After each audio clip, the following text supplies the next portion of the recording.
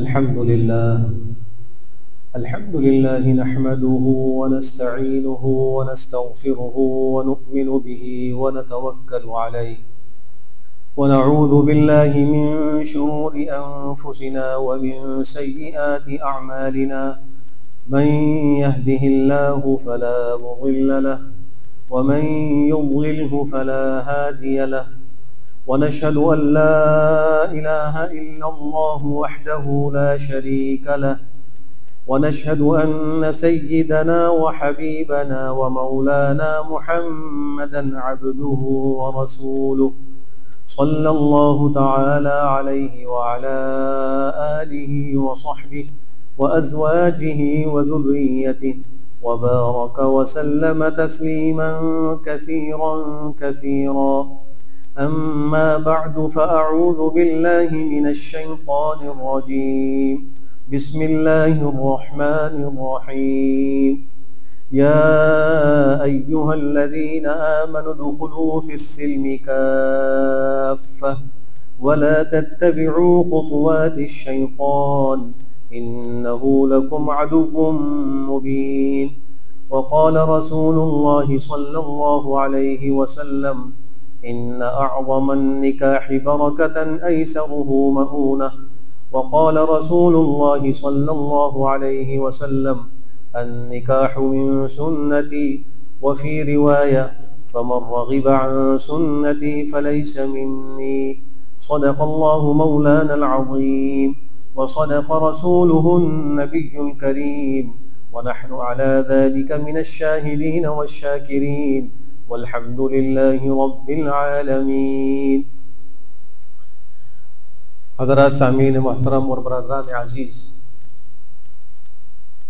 شوال کا مہینہ یہ وہ مہینہ ہے کہ اس میں نبی کریم صلی اللہ تعالی علیہ وآلہ وسلم نے 2 نکاح فرمائے. ایک نکاح تو آپ نے فرمایا صدیقہ کائنات حضرت سیدہ عائشہ صدیقہ رضی اللہ تعالی عنہا سے، یہ اسی مہینے میں ہوا. اور دوسرا نکاح فرمایا ام المؤمنین حضرت سیدہ سودہ بنت زمعہ رضی اللہ تعالی عنہا سے، وہ نکاح بھی اسی مہینے میں ہوا. نکاح یہ ایک اہم ترین عبادت ہے اور سارے ہی اہل ایمان کو یہ حکم ہے کہ وہ پورے کے پورے اسلام میں داخل ہوں. یا ایھا الذین آمنوا ادخلوا فی السلم کافہ. اب اس کے 2 مطالب ہیں، یا یوں کہیے کہ اس کی 2 تعبیرات ہیں. ایک تعبیر یوں سمجھ لیجئے کہ پورے اسلام میں داخل ہوں. ایسا نہ ہو کہ اسلام کے بعض شعبوں کو تو تم لے لو اور بعض شعبوں کو مت لو. اسلام کے بعض احکام پر انسان عمل کر لے اور بعض پر نہ کرے تو یہ ادخلوا فی السلم کافہ کے حکم کے خلاف. اور اسلام کے جو شعبے ہیں وہ 5 شعبے ہیں. پہلا شعبہ عقائد سے متعلق ہے، تو مطلب یہ ہے کہ ہر اہل ایمان کو اسلامی عقیدوں کا حامل ہونا چاہیے. ایسا نہ ہو کہ اس کا عقیدہ غیر اسلامی ہے. اور عقائد یہ وہ چیز ہے کہ اگر اس کے اندر کوئی غلطی ہو جائے یا خدا نہ خواستہ خلاف اسلام عقیدہ آ جائے تو اس انسان کا خاتمہ خراب ہو جاتا ہے جب تک کہ وہ اسے توبہ نہ کرے. غلط عقیدے پر موت آ گئی تو ہمیشہ کی ناکامی. دوسرا شعبہ ہے عبادات کا. تو حکم یہ ہے کہ پورے اسلام میں داخل ہو، یعنی تمہاری عبادات بھی اسلام کے طور طریقوں کے مطابق ہونی چاہیے. اپنی مرضی سے کوئی شخص کوئی عبادت مقرر کر لے تو اس پر اللہ کے یہاں کوئی اجر و ثواب نہیں. عبادت جو اسلام نے بتلائی اور جس طریقے سے بتلائی اسی طریقے سے کرنے پر اللہ کے یہاں ثواب مرتب ہوگا اور قبولیت کا پروانہ انسان کو نصیب ہوگا. تیسرا شعبہ ہے وہ معاملات کا ہے. معاملات چاہے خرید و فروخت سے متعلق ہوں، چاہے وہ نکاح و طلاق سے متعلق ہوں، چاہے وہ قرض لینے اور دینے سے متعلق ہوں، جو انسان کی زندگی میں اس کو پیش آتے ہیں ان تمام معاملات کے اندر بھی حکم یہ ہے کہ اسلام میں داخل ہو جاؤ. یعنی ہمارے معاملات بھی اسلام کے طریقے کے مطابق ہونے چاہیے. اور چوتھا شعبہ ہے معاشرت کا، کہ انسان جو معاشرتی زندگی گزارتا ہے جس میں کچھ ارکان ہوتے ہیں، مثلا ماں باپ ہیں، مثلا بیوی بچے ہیں، اولاد ہے اور پڑوسی ہیں، رشتہ دار ہیں. یہ سارے وہ ہیں جو ہماری معاشرت کے ارکان ہیں، ان کے ساتھ ہماری معاشرت وابستہ ہے. لہٰذا ہماری معاشرت بھی ان لوگوں کے ساتھ جو ہو وہ اسلامی طور طریقوں کے مطابق ہو۔ اور پانچواں شعبہ یہ ہے کہ انسان کے اخلاق وہ بھی اسلامی ہونے چاہیے، دینی ہونے چاہیے۔ اگر ہمارے اخلاق غیر اسلامی ہیں تو ہم ادخلوا فی السلم کافہ پر عمل نہیں کر رہے۔ تو یہ 5 شعبے ہیں، ان 5 شعبوں کے اندر ہمیں پورے کے پورے اسلام میں داخل ہونا ہے۔ اب اگر کوئی شخص عقائد کو لے لے، عبادات، معاملات، معاشرت اور اخلاق کو چھوڑ دے تو وہ ادخلوا فی السلم کافہ پر عمل نہیں کر رہا۔ عقائد کے ساتھ عبادات کو لے لے، معاملات، معاشرت اور اخلاق میں غیر اسلامی چیزوں کو اختیار کر رہا ہے تو وہ بھی اس حکم پہ عمل نہیں کر رہا۔ ایسے ہی بقیتین کی بھی مثال لے لیجیے۔ تو ایک تعبیر، ایک مطلب یہ ہے کہ پورے اسلام یعنی اسلام کے 5 شعبوں میں داخل ہو جاؤ، ان 5 شعبوں میں اسلام کے احکام پر عمل کر لو۔ اور دوسری تعبیر یہ ہے کہ تم خود اپنے پورے جسم پر اسلام نافذ کر دو۔ ایسا نہ ہو کہ ظاہر پر اسلام ہو اور باطن میں اسلام نہ ہو، یا باطن میں اسلام ہو ظاہر پر اسلام نہ ہو، یا چہرہ تو اسلامی ہے اور بقیہ اس کی ظاہری وضاحت وہ غیر اسلامی ہے۔ تو اگر انسان کی ظاہری جو ایک وضاحت ہے وہ غیر اسلامی ہے تو وہ بھی ادخلوا فی السلم کافہ کے حکم پر عمل نہیں کر رہا، بلکہ وہ اس کی خلاف ورزی کر رہا ہے۔ مسئلے کے طور پر ذکر کر دیتا ہوں کہ مسجد کے اندر بچوں اور جو مجنون ہو، جن کو زیادہ عقل نہ ہو، ان کو لانے سے منع کیا گیا۔ تو اس قسم کے لوگوں کو مسجد میں آنے سے روکنا چاہیے تاکہ وہ مسجد کے ماحول کو خراب نہ کریں۔ تو ان کے جو بھی سرپرست ہوں، اگر ایسا کوئی شخص آ رہا ہے تو اس پر توجہ کریں، اس سے سب لوگوں کی توجہ بڑھتی ہے۔ بابا چھوڑ دیں، فی الحال بیٹھ جائیں، بیٹھ جائیں۔ تو حکم یہ ہے کہ ہم پورے اسلام میں داخل ہو جائیں اور اپنے جسم پر، پورے جسم پر اسلام کو نافذ کر لیں، تو پھر ہم اس حکم پر عمل کرنے والے ہوں۔ اب ان اسلامی احکام میں ایک حکم وہ نکاح کا ہے۔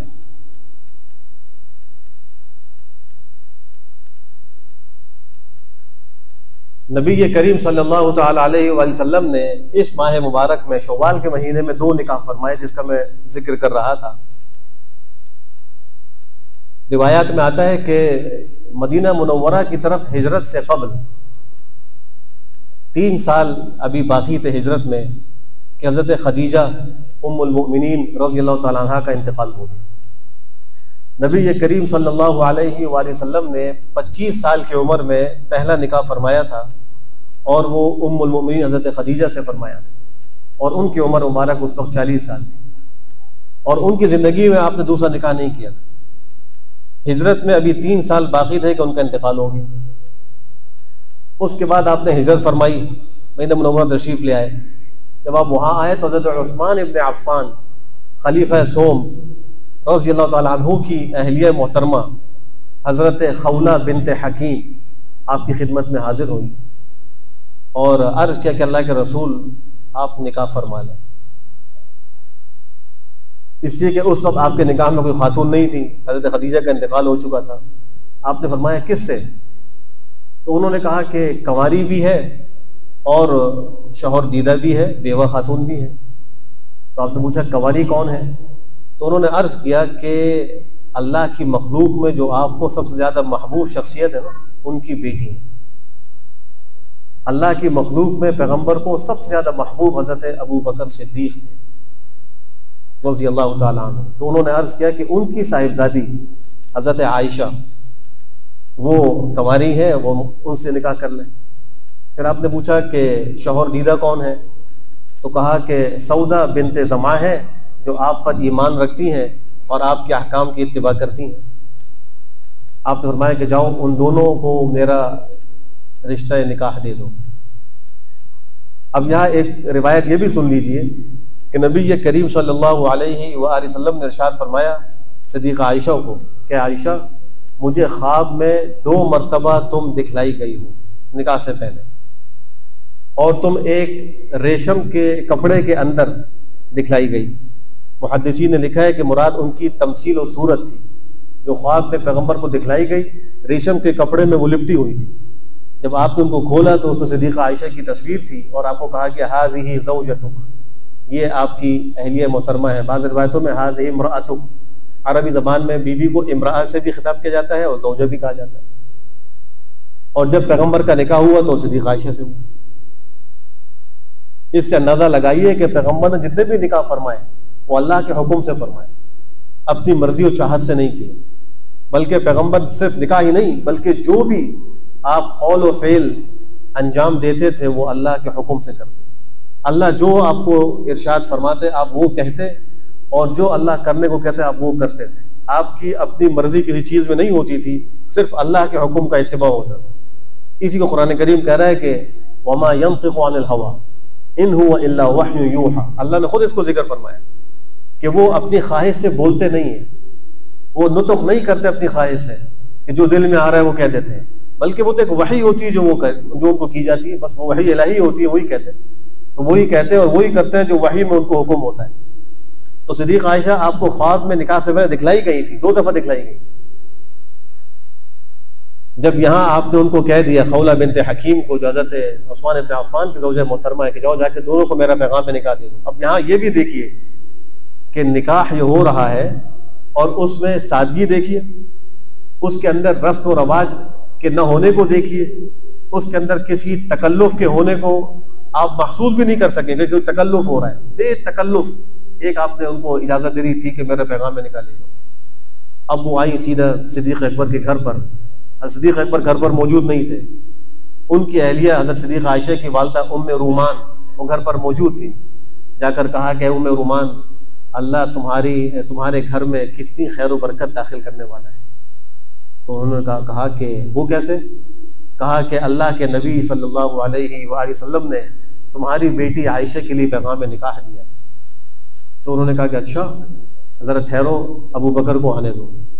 کچھ دیر میں صدیق اکبر تشریف لے آئے تو خولہ بنت حکیم نے ان سے کہا کہ ابو بکر اللہ تمہارے گھر میں کتنی خیر و برکت داخل کرنے والے ہیں۔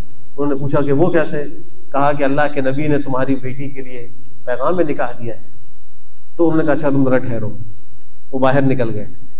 چونکہ اس سے پہلے مطعم بن عدی ایک شخص تھے، انہوں نے اپنے بیٹے کے لیے صدیقہ عائشہ کا رشتہ مانگا تھا، تو ان سے صدیق اکبر وعدہ کر چکے تھے۔ ان کے دل و دماغ پر ایک بوجھ تھا کہ میں نے ایک جگہ وعدہ کر لیا ہے اور اب جو نکاح کا پیغام آیا ہے وہ اتنا عظیم الشان آیا ہے کہ وہاں انکار کرنا ناممکن معلوم ہو رہا ہے۔ تو وہ گھر سے باہر نکلے، مطعم بن عدی کے پاس گئے۔ اس وقت اس کی اہلیہ بھی وہاں ساتھ موجود تھی۔ تو ان کی اہلیہ نے کہا کہ اے ابو بکر ہمیں یہ خدشہ ہے کہ ہمارے بیٹے کا جب تمہاری بیٹی سے رشتہ ہوگا تو کہیں وہ تمہارے دین میں داخل نہ ہو جائے۔ انہوں نے کہا کہ ہاں یہ تو ہے، ہو سکتا ہے، یعنی میری بیٹی تو مسلمان ہے، تمہارا بیٹا مسلمان نہیں ہے، شادی ہوگی تو ضرور ہمارے اسلام میں داخل ہو جائے گا۔ تو پھر وہ مطعم بن عدی نے کہا کہ یہ بات تو میری بیوی صحیح کہہ رہی ہے۔ تو صدیق اکبر نے کہا کہ ہاں بات تو ایسے ہی ہے، بس یہاں رشتے میں انکار ہو گیا۔ ان کو خود ہی یہ خطرہ ہوا کہ اگر ہمارے بیٹے کا وہاں نکاح ہو گیا تو چونکہ ان کا گھرانہ مسلمان ہو چکا ہے اور یہ نبی کے پیروکار ہے، ہمارا بیٹا کہیں اپنے آبائی دین کو چھوڑ کر ان کے دین کو نہ اختیار کر لے۔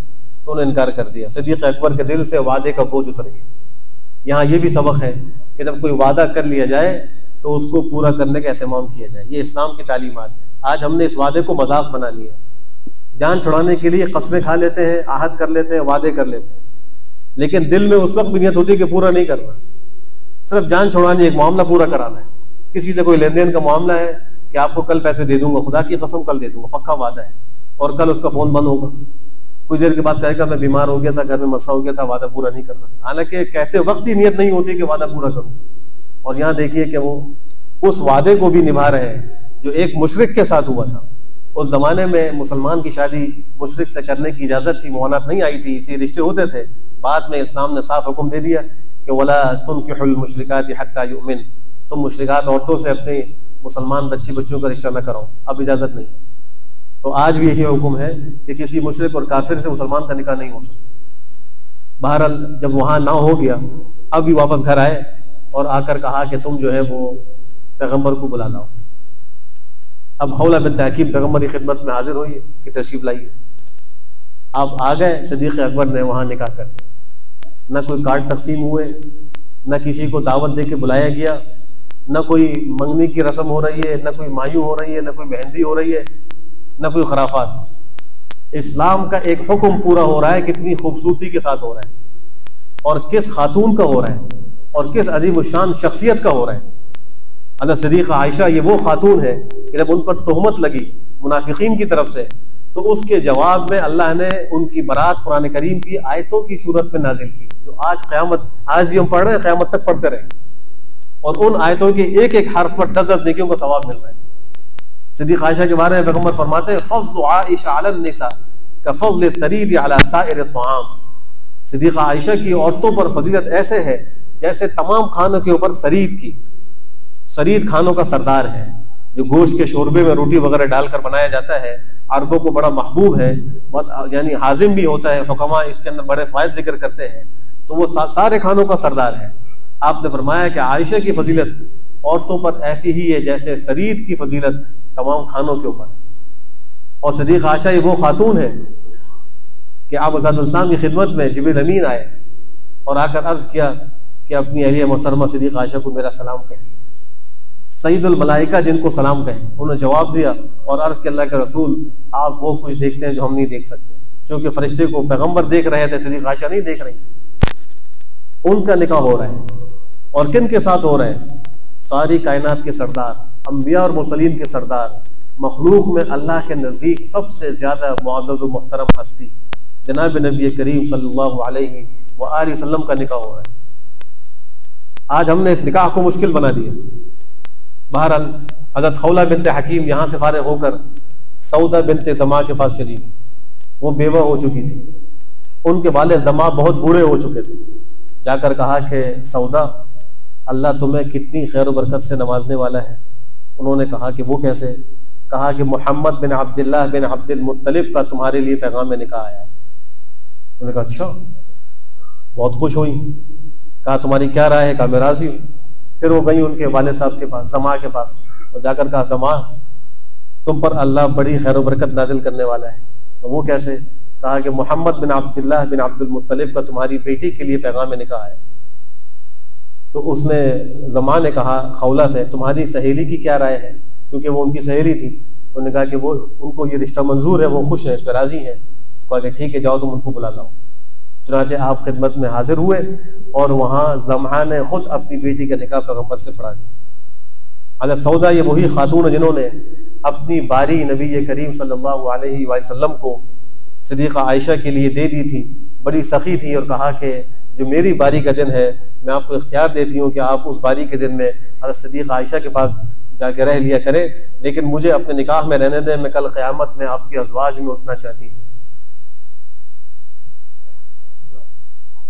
حضرت عمر بن الخطاب کی صاحبزادی حضرت حفصہ بنت عمر، یہ بھی بعد میں ام المومنین بنی۔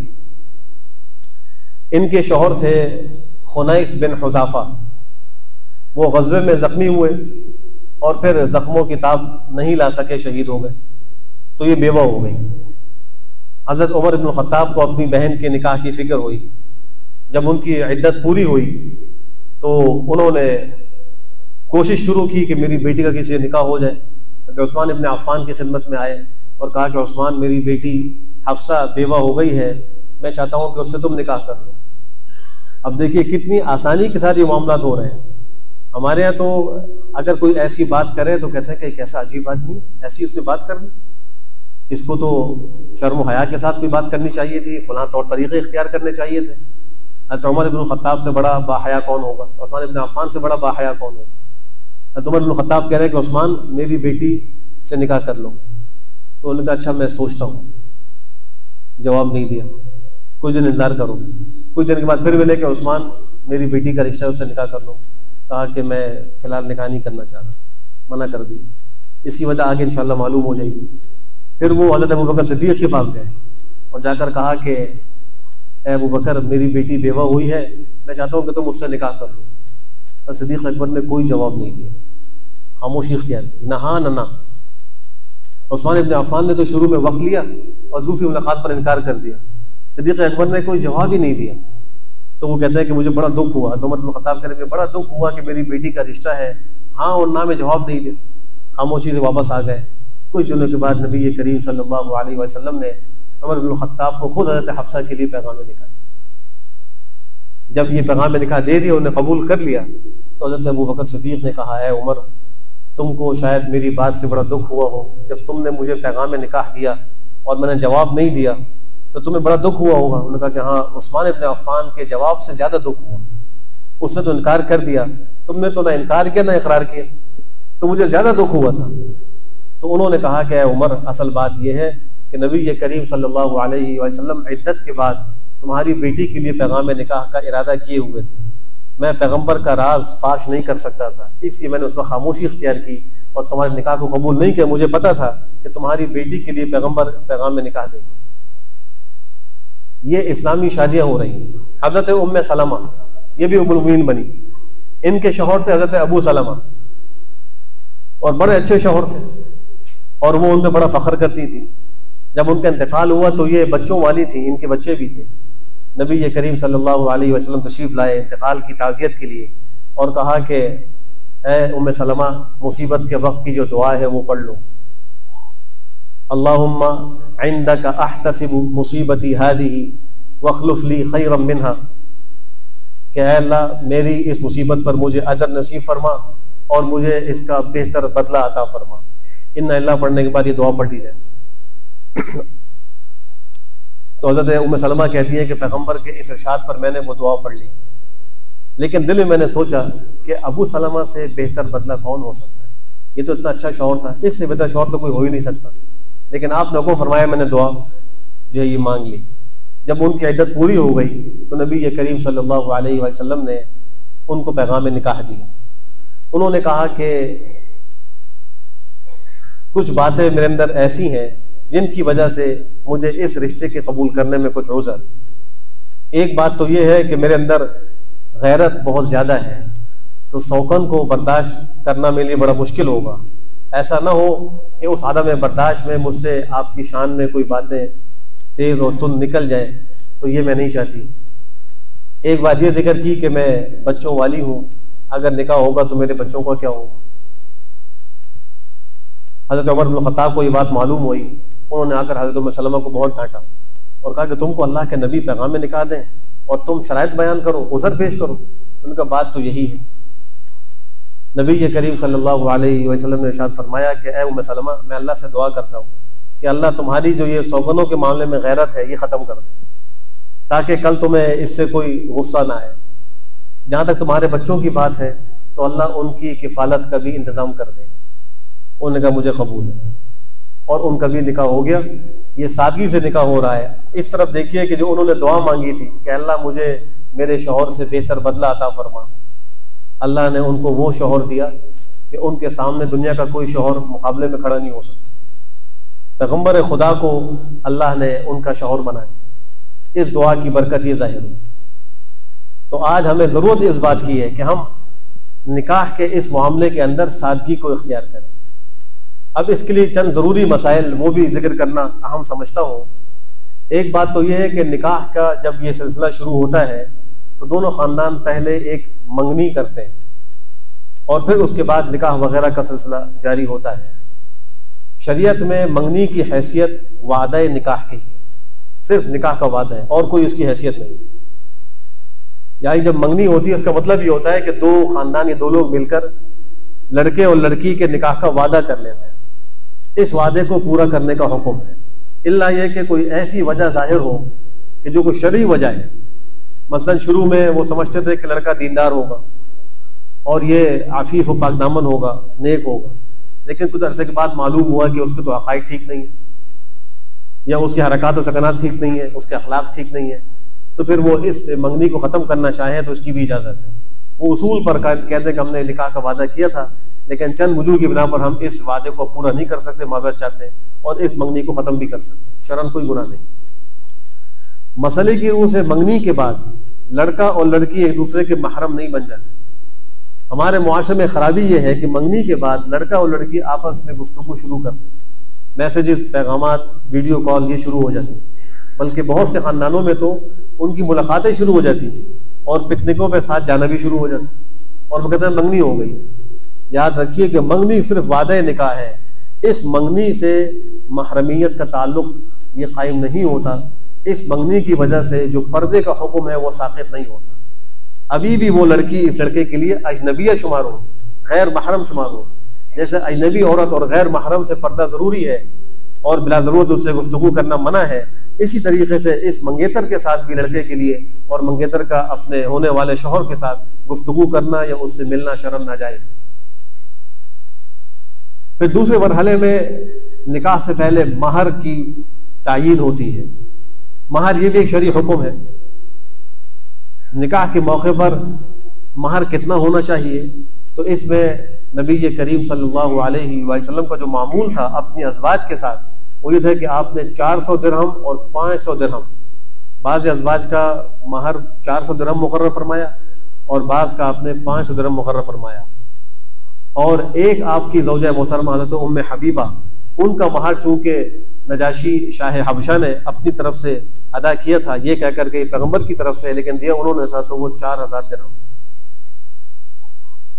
بعض ازواج کا مہر آپ نے کچھ سامان مقرر کیا تھا، مثلا 2 چکی، 2 مٹی کے گھڑے، 1 تکیہ جس میں کھجور کی چھال بھری ہوئی تھی، ایک زوجہ محترمہ کا مہر یہ بھی آپ نے مقرر فرمایا، اور ایک زوجہ محترمہ کا مہر ایسا تھا کہ ان کے قبیلے کے جو 40 لوگ قیدی بن گئے تھے، غلام بن گئے تھے، ان کو ان کے مہر میں آزاد کیا گیا تھا، تو وہاں کوئی نقد رقم مقرر نہیں کی گئی تھی اور نہ کوئی سامان دیا گیا، بلکہ ان کے خاندان اور قبیلے کے 40 غلاموں کی آزادی کو یہ مہر قرار دیا گیا۔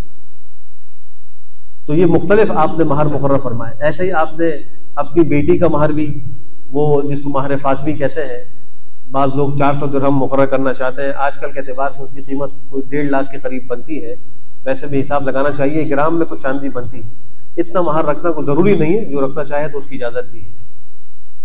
تو مہر کے معاملے میں اتنا تو اختیار ہے کہ اپنی مرضی سے جو مقرر کر لے، لیکن کم سے کم مقدار اس کی ہے 10 درہم، جو آج کل کے اعتبار سے 31 گرام چاندی سے کم نہ ہو، تقریباً 30 کچھ گرام بنتے، 31 سمجھ لیں، 31 گرام چاندی یا اس کی قیمت سے کم مہر نہیں ہونا چاہیے۔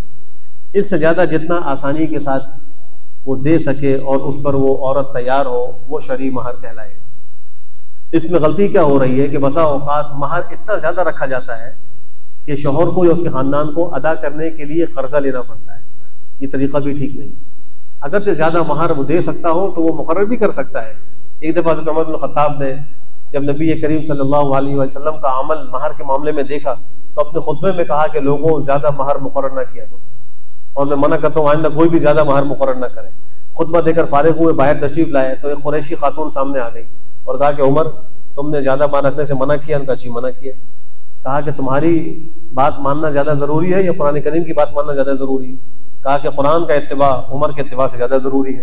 کہا قرآن کریم کہہ رہا ہے وَآتَيْتُمْ إِحْدَاهُنَّ قِنطَارًا وَلَا تَأْخُذُوا مِنْهُ شَيْئًا، اگر تم اپنی بیویوں کو مال کا ایک ڈھیر مہر میں دے چکے ہو تو ان سے واپس مت لو، علیحدگی کی صورت میں مہر واپس مت لو، وہ عورت کا حق ہے، اس کو ہوگی۔ تو اللہ تو فرما رہے ہیں کہ تم اگر زیادہ مہر دے چکے ہو، تم مال کا ایک ڈھیر دے چکے ہو تو تم اس کو واپس مت لو، مطلب یہ کہ زیادہ مہر دے سکتے ہیں۔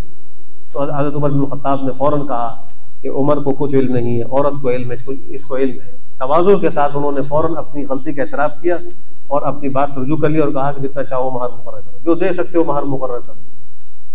تو 10 درہم سے کم نہیں ہونا چاہیے، اور زیادہ اتنا بھی نہیں ہو کہ جو دکھلاوے کا باعث ہو۔ بعض لوگ دکھلاوے کے لیے بڑے بڑے مہر مقرر کرتے ہیں، پھر بیوی سے معاف کراتے ہیں، یہ بھی غلط طریقہ۔ اگر بیوی سے دباؤ ڈال کر معاف کرایا تو شرعاً معاف نہیں ہوگا، شوہر کے ذمے قرض رہے گا، اس کی مغفرت رکی رہے گی۔ انتقال کے بعد جو میراث تقسیم ہوتی ہے اس میراث میں پہلے اس کے قرضے نکالے جاتے ہیں، ان قرضوں میں بیوی کا مہر بھی شامل ہے۔ اگر اس نے جبراً معاف کیا ہے تو وہ قرضہ وارثین کے ذمے ہے کہ شوہر کے مال میں سے ادا کرے۔ اگر سارا مال ہی اس مہر کی ادائیگی میں دینا پڑے تو وہ دیا جائے گا اور لوگوں کو میراث سے محروم کیا جائے گا۔ یہ اتنا اہم حکم ہے لیکن لوگ اس کو پورا نہیں کرتے۔ تو مہر اتنا مقرر کرے جو دے سکے اور اس قرض کو ادا کر سکے۔ پھر لوگ اس میں معجل اور معجل میں تھوڑا سا وہ پریشان ہو جاتے ہیں۔ معجل کا معنی ہوتا ہے نقد، یعنی نکاح کے وقت یا رخصتی سے پہلے جو مہر دیا جائے اس کو معجل کہتے ہیں، اس کے آگے بریکٹ میں نقد لکھ دیا جاتا ہے۔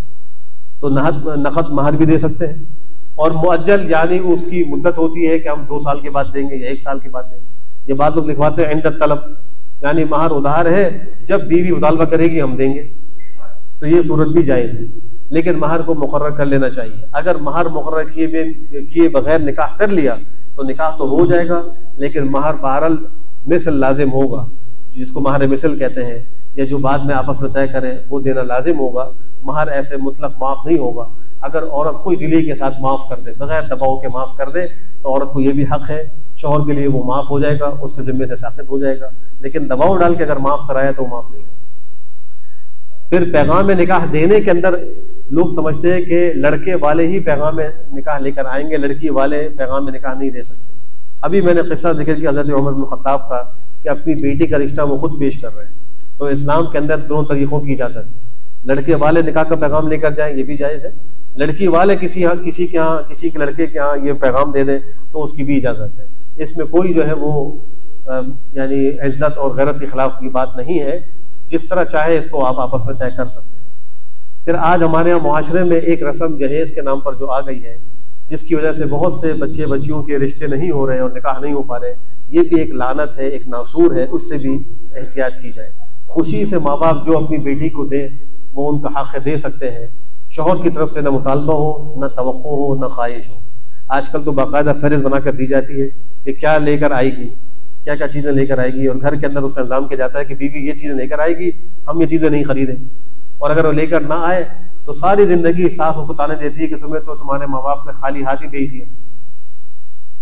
نبی کریم صلی اللہ علیہ وسلم نے اپنی ازواج کا سامان خود تیار کیا۔ حضرت فاطمہ کا جب نکاح ہوا تو ان کے گھر کے سامان کی تیاری حضرت علی نے خود کی۔ ایسا نہیں تھا کہ آپ نے کوئی سامان ان کو بنا کے دیا ہو، بلکہ وہ گئے جا کر اپنے جو کچھ مال تھا اس سے جو چیزیں ضرورت کی تھی خریدی، آپ کے پاس جو دینے کو تھا دے دیا، نہیں تھا تو نہیں دیا۔ دونوں صورتیں آپ نے اختیار کی ہیں۔